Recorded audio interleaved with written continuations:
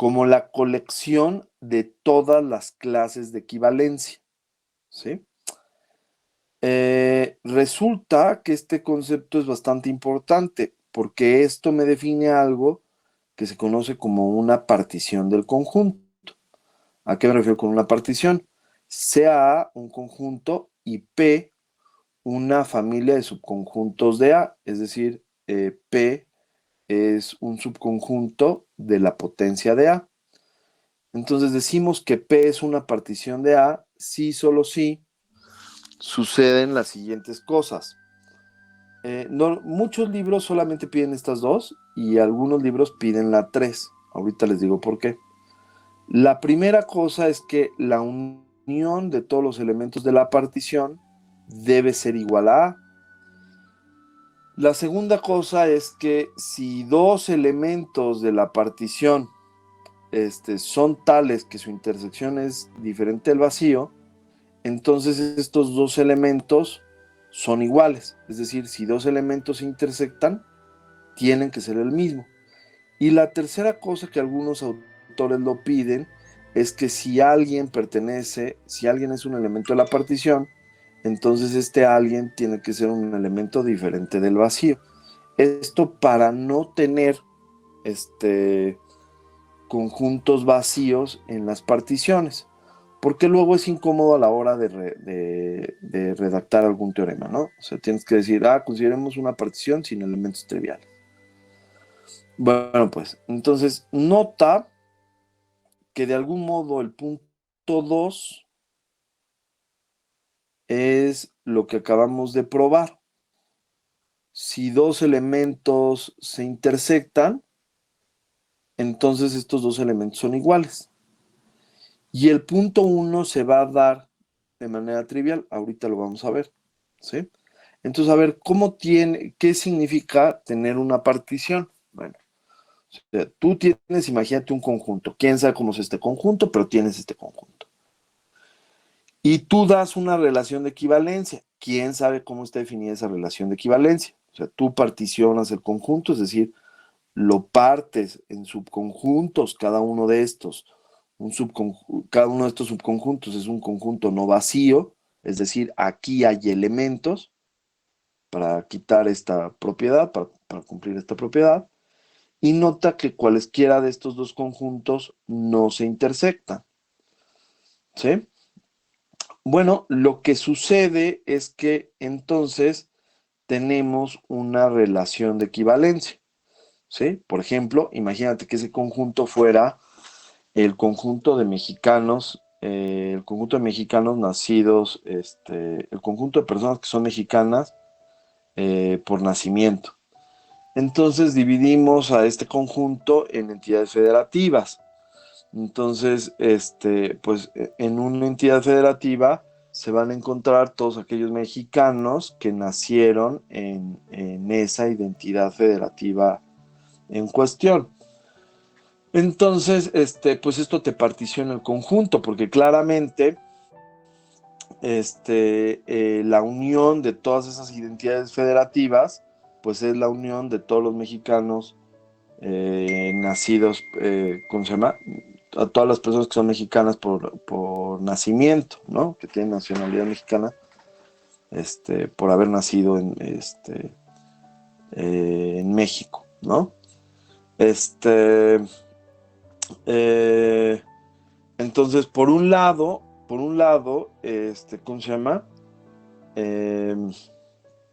Eh, pues la colección de todos estos, ¿cómo se llama?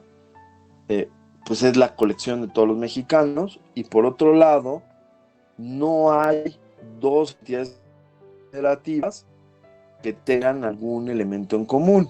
O sea, no habrá nadie que haya nacido en Veracruz, ¿sí? Que también haya nacido en Yucatán. O sea, eso no va a pasar, ¿sí? O nació en Veracruz o nació en Yucatán. No pudo haber nacido en ambos lugares.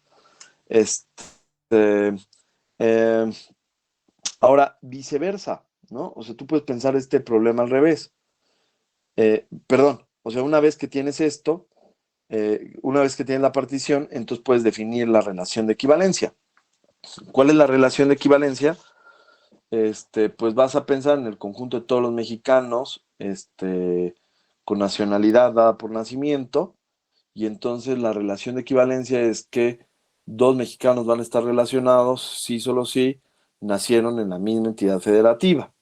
Esto claramente es una relación de equivalencia porque cualquier mexicano nació en la misma entidad federativa que él nació, entonces él está relacionado con él. Si un mexicano A nació en la misma entidad federativa que un mexicano B, pues claramente ese mexicano B nació en la misma entidad federativa que el mexicano A. Si el mexicano A nació en la misma entidad federativa que el mexicano B y el mexicano B nació en la misma entidad federativa que el mexicano C, entonces el mexicano A y el mexicano C nacieron en la misma entidad federativa. Por lo tanto, haber nacido en la misma entidad federativa es una relación de equivalencia. ¿Cuáles son las clases de equivalencia? Las entidades federativas. ¿Se entiende lo que dije?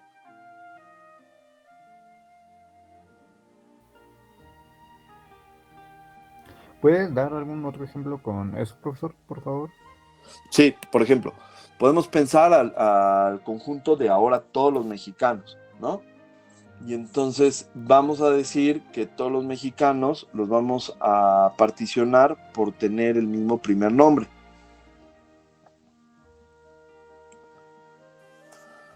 ¿Sí? Entonces por ahí tienes el conjunto de todos los que se llaman María. Y entonces aquí, ¿quién está? ¿Quién es la clase de María? Pues todos aquellos mexicanos cuyo primer nombre es María. ¿Sí? Por ejemplo, ahí estará la clase de Isaac. ¿Sí? ¿Quién está ahí? Pues estoy yo ahí, ¿no? Soy un mexicano cuyo primer nombre es Isaac. Entonces ahí estoy. ¿Sí? Estará ahí la clase de Rodolfo. Y entonces aquí, ¿quiénes van a estar?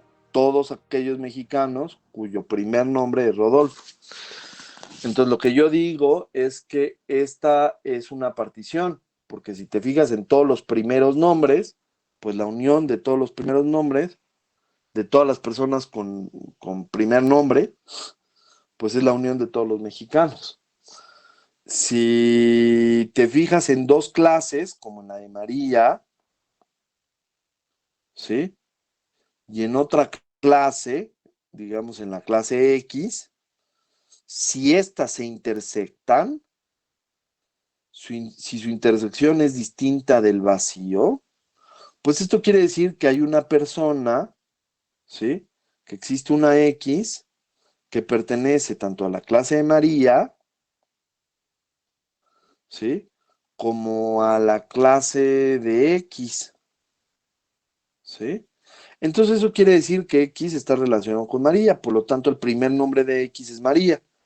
Ah, pues si el primer nombre de X es María y aquí están todas aquellas personas que tienen el mismo primer nombre que X, pues esta es la clase de María. Entonces se cumple la segunda condición. ¿Sí? E insisto, basta con estas dos condiciones para que en la mayoría de los autores consideren a eso una partición. Muy bien. Entonces esto te define una partición sobre el conjunto de los mexicanos. Ahora bien, esta partición induce una relación de equivalencia. ¿Cuál es la relación de equivalencia? Bueno, dos mexicanos están relacionados si solo si los dos tienen el mismo primer nombre. Esto es una relación de equivalencia. ¿Por qué es una relación de equivalencia? Bueno, claramente todo mexicano tiene el mismo primer nombre que tiene él, por lo tanto él está relacionado con él. Si un mexicano tiene el mismo primer nombre, si un mexicano A tiene el mismo primer nombre que un mexicano B, entonces el mexicano B tiene el mismo primer nombre que el mexicano A. Si un mexicano tiene el mismo primer nombre que un mexicano B y un mexicano B tiene el mismo primer nombre que un mexicano C, entonces el mexicano A tiene el mismo primer nombre que el mexicano C. Por lo tanto, es una relación de equivalencia. Es decir, si tú tienes una partición, esta partición induce una relación de equivalencia y viceversa. Si tienes una relación de equivalencia, esta relación te induce una partición. ¿Cuál es la partición? Esta es la partición, que ahorita lo voy a probar. ¿Sí? Entonces lo que dice el teorema es, si esta es una relación de equivalencia, entonces A módulo la relación es una partición de A. ¿Qué es lo que tengo que probar? Lo que tengo que probar es que la unión de todas las clases de equivalencia de A es igual al conjunto A. Entonces, ¿cómo se prueba esta igualdad? Esta igualdad se prueba por doble contención. Entonces tienes que probar que A se queda contenido en esta unión y que esta unión se queda contenida en A. Entonces, tómate una que viva aquí. Bueno, si este A vive aquí, nota que este A pertenece a la clase de equivalencia de A, por lo que dijimos hace rato. Pero este es uno de los uniendos que viven aquí. Entonces, pues eso quiere decir que A se queda contenido en la unión, ¿sí? Porque este es un subconjunto de esta unión. ¿Sí?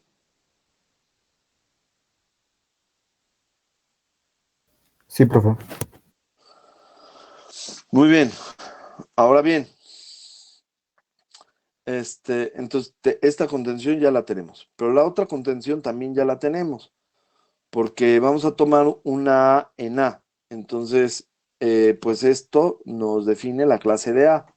Nota que la clase de A es, por definición,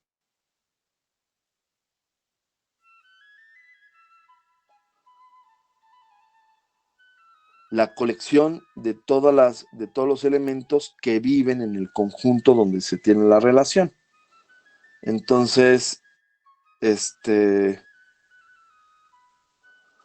pues claramente este conjunto es un subconjunto del conjunto A. Entonces, cada uniendo, ¿sí?, resulta ser un subconjunto de A. Bueno, si eso pasa, entonces toda la unión es un subconjunto del conjunto A, por lo tanto tenemos la otra contención. Entonces, si tenemos la doble contención, pues entonces son iguales. Finalmente, la segunda propiedad, que es que si tienes dos elementos en A, de tal modo que sus clases de equivalencia son diferentes del vacío, la intersección de sus clases de equivalencia es diferente del vacío, pues entonces las clases de equivalencia son iguales. ¿Y esto por qué? Pues es justamente el lema anterior, ¿no? Si estos dos se intersectan, entonces son iguales. Por lo tanto, esta colección forma una partición del conjunto A. ¿Sí? Y lo que acabo de decir, ¿no? Supongamos que A es un conjunto y P es una partición de A, y esta es una relación de equivalencia, es decir, este es un subconjunto de este producto cartesiano, de modo que este es de equivalencia, ¿no? Entonces, no, perdón, lo estoy diciendo mal. Sea A un conjunto, P una partición de A, entonces definimos tilde como el subconjunto que vive en el producto cartesiano definido de la siguiente manera. A está relacionado con B si, solo si, existe un U en la partición, de tal modo que A y B pertenecen a U. Es decir, dos elementos están relacionados si existe una entidad federativa, de tal modo que los dos viven en esa entidad federativa. ¿Sí? Entonces, pues esta es una relación de equivalencia, ¿no? Que eso dice Lemin, ¿no? Sea un conjunto P una partición de A, entonces esta es la relación inducida por la partición, entonces es una relación de equivalencia. Entonces vamos a ver, simetría, ¿no? Sea A un elemento en A, como P es una partición, entonces A es igual a la unión de todas las U's con U en la partición. Entonces, como esta igualdad se da, pues y este es un elemento de aquí, pues entonces A tiene que vivir en esta unión. Entonces, si A vive en esa unión, pues eso quiere decir que existe una U en P, de tal modo que A pertenece a U. Pero si A pertenece a U, pues claramente A está relacionado con A. Es decir, hay una entidad federativa en donde este mexicano vive. Entonces, por lo tanto, es simétrica. Reflexiva. Vamos a suponer que A y B son dos elementos en A, de tal modo que A está relacionado con B. Bueno, si estos dos elementos están relacionados, pues eso quiere decir que existe un elemento en la partición, de tal modo que A y B viven en ese elemento. Pero si A y B viven en ese elemento, pues B y A también viven en ese elemento. Por lo tanto, B está relacionado con A. Por lo tanto, esta relación es reflexiva. Muy bien, y transitiva. Sean A, B y C elementos que vienen en A, de tal forma que A está relacionado con B y B está relacionada con C.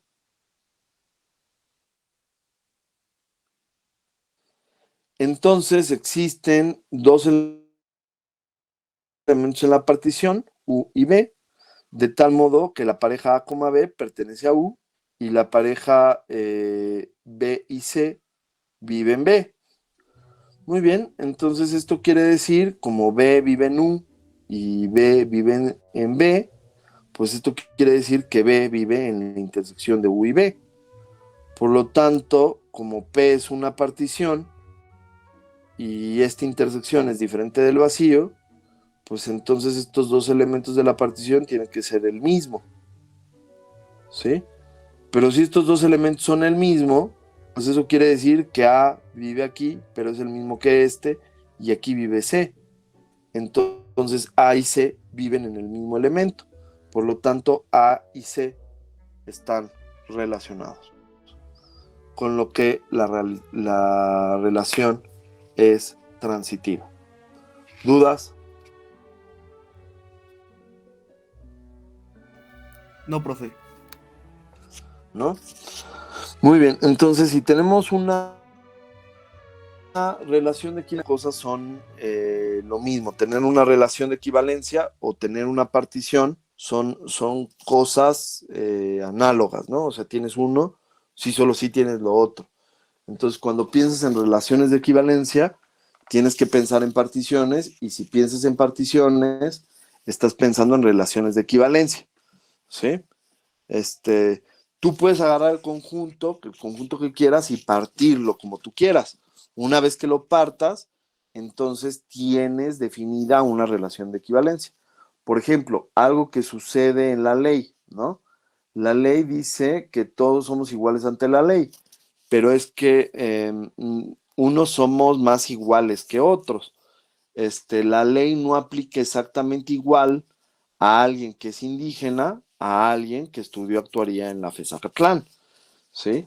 La ley va a ser mucho más severo con alguien que estudió FESACatlán, que estudió en la FESACatlán por no, y esta persona decidió no pagar impuestos, que con un indígena que, ¿cómo se llama? Que no pagó impuestos porque no sabía que tenía que pagar impuestos, o no sabía cómo tenía que pagar impuestos. La ley va a considerar que el indígena, pues no tenía modo de enterarse cómo y qué tenía que pagar de impuestos, mientras que el actuario de la FESACatlán, ese sí sabía que tenía que pagar impuestos y sí tenía los medios para poder pagar los impuestos. Entonces, son iguales los que son iguales, ¿sí? Entonces,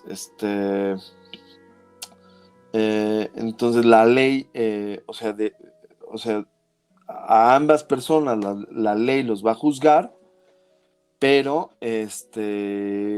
va a juzgar igual a todos aquellos que sean como el indígena y va a juzgar exactamente igual a todas aquellas personas que sean equivalentes al actuario de la FES, ¿sí? Entonces va a implementar los códigos de severidad, ¿sí? ¿Dudas?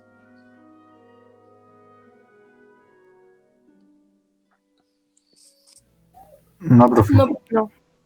¿No? Muy bien. Entonces, ahora sí, vámonos con funciones. Entonces, definición.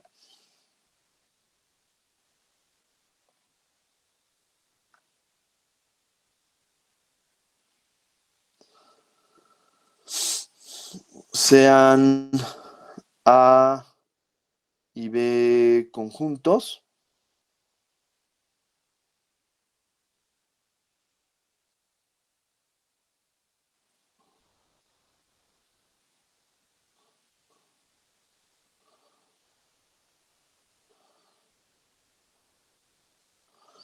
Sean A y B conjuntos. Y F una eh, una función entre A y B. Una relación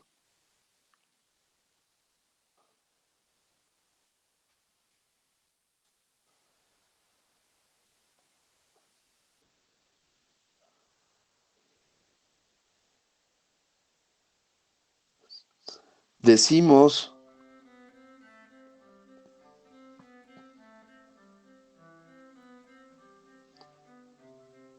que F es una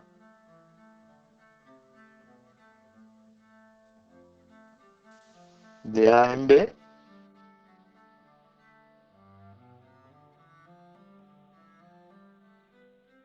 Sí, solo sí. Para todo A en A existe un único BM de tal modo que F de A es igual a B, que esto normalmente lo tenemos que entender como la pareja A, B pertenece a la relación F. Y esto lo vamos a denotar de la siguiente forma.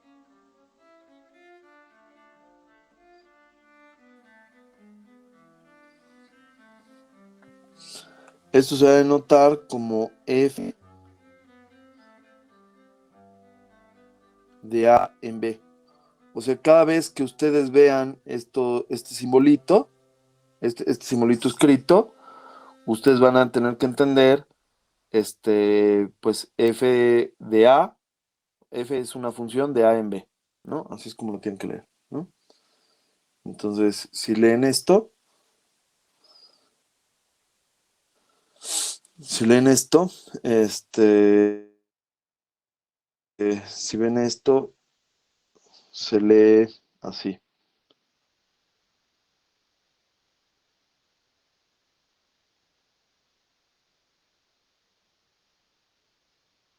F es una función de A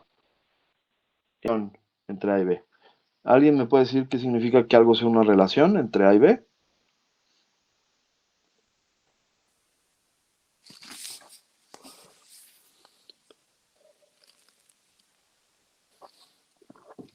¿Qué cosa es una relación?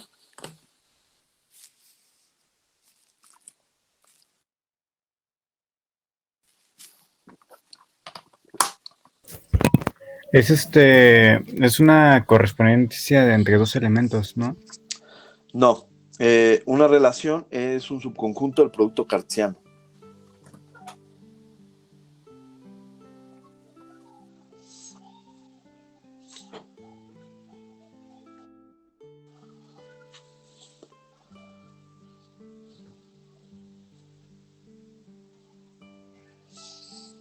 Definición. Sean A y B conjuntos. Decimos que R es una relación entre A y B si solo si R es un subconjunto del producto cartesiano.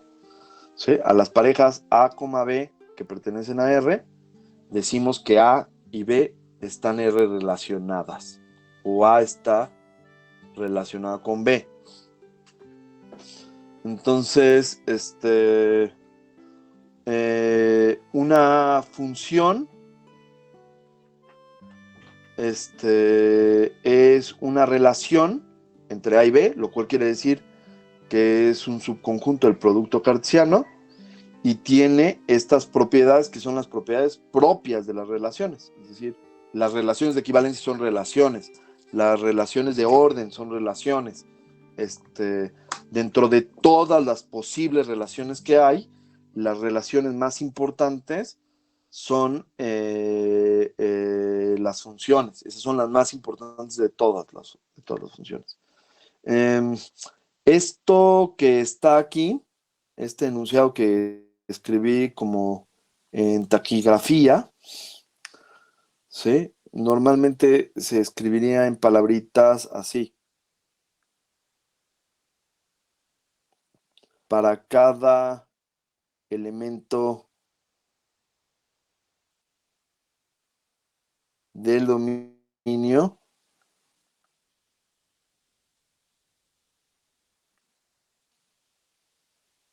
A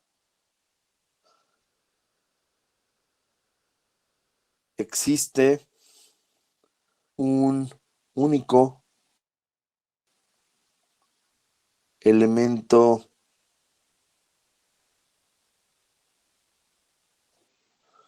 del codominio B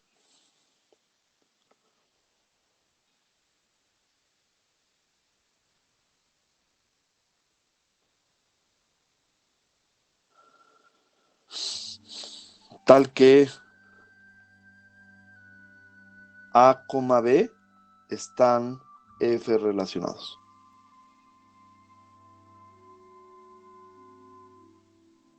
Dije que en palabritas. A, B están F relacionados.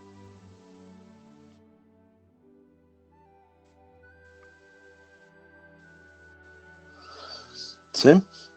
Entonces, la idea intuitiva que tenemos que tener sobre las, ¿cómo se llama? Sobre las funciones es la siguiente. O sea, una función la tenemos que pensar como que es una especie de maquinita, como de dulces o refrescos, de tal modo que tú le metes a esa maquinita cierta cantidad de dinero y un código, y quién sabe qué hace la maquinita con el dinero y el código, pero te saca un dulce.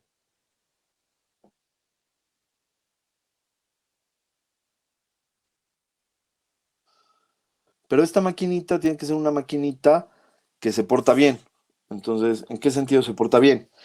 La máquina no se traga tu dinero, ¿sí? Y no decide qué dulce te vas a dar. Es decir, que no se traga tu dinero significa que cada vez que tú le metes dinero y dulce, y dinero y código, siempre te va a dar un dulce.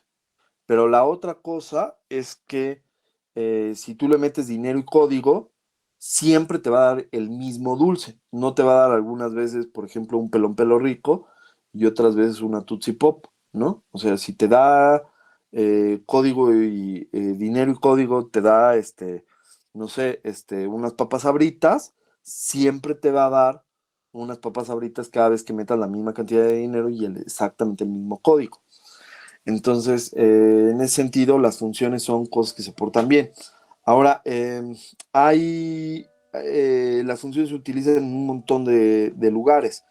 Por ejemplo, a la hora de que tú imagínate que eres el jefe de una empresa y entonces quieres mandarle cartas personalizadas a todos tus empleados. Y entonces tú tienes una base de datos, ¿sí? Con los números de empleados, ¿sí? Y, y los logros que han hecho los empleados. Entonces, tú creas una macro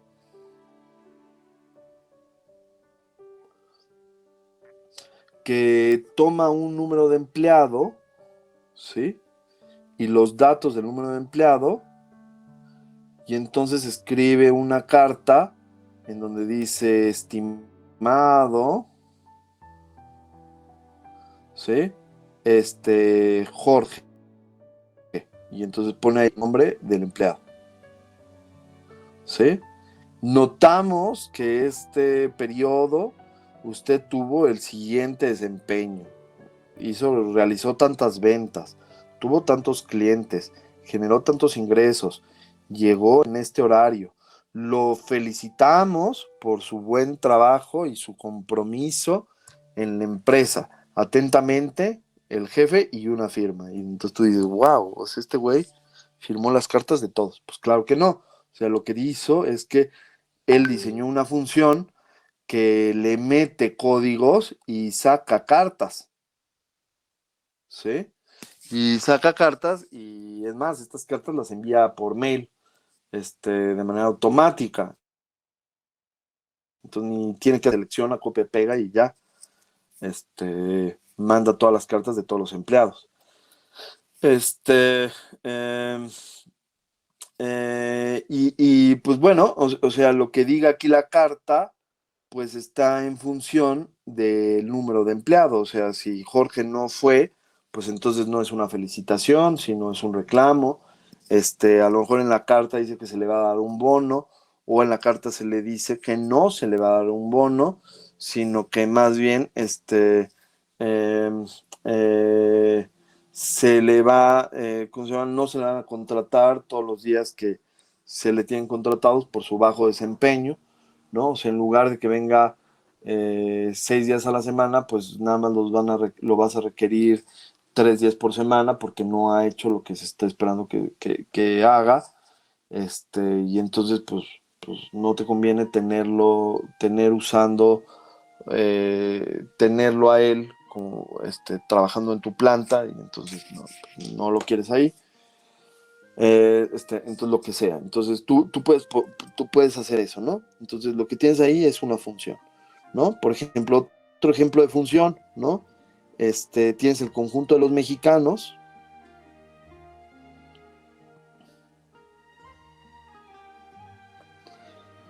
y tienes el conjunto de los mexicanos, ¿no?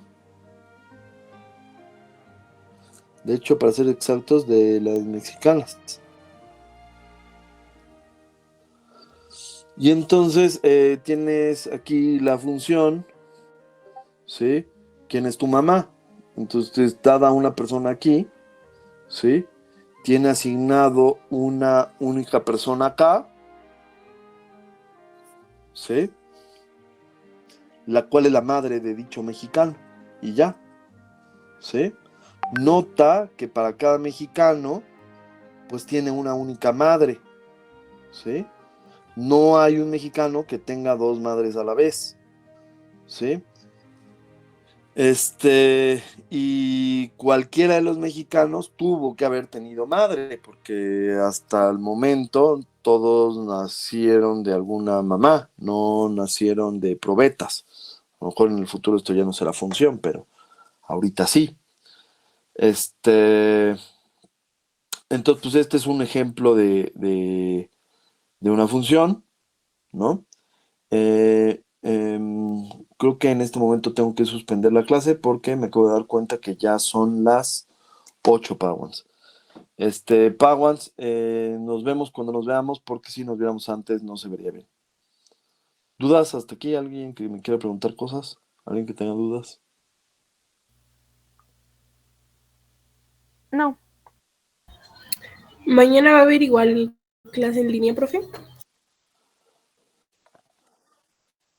Sí, sí, hasta que no me digan lo contrario, va a haber clase en línea.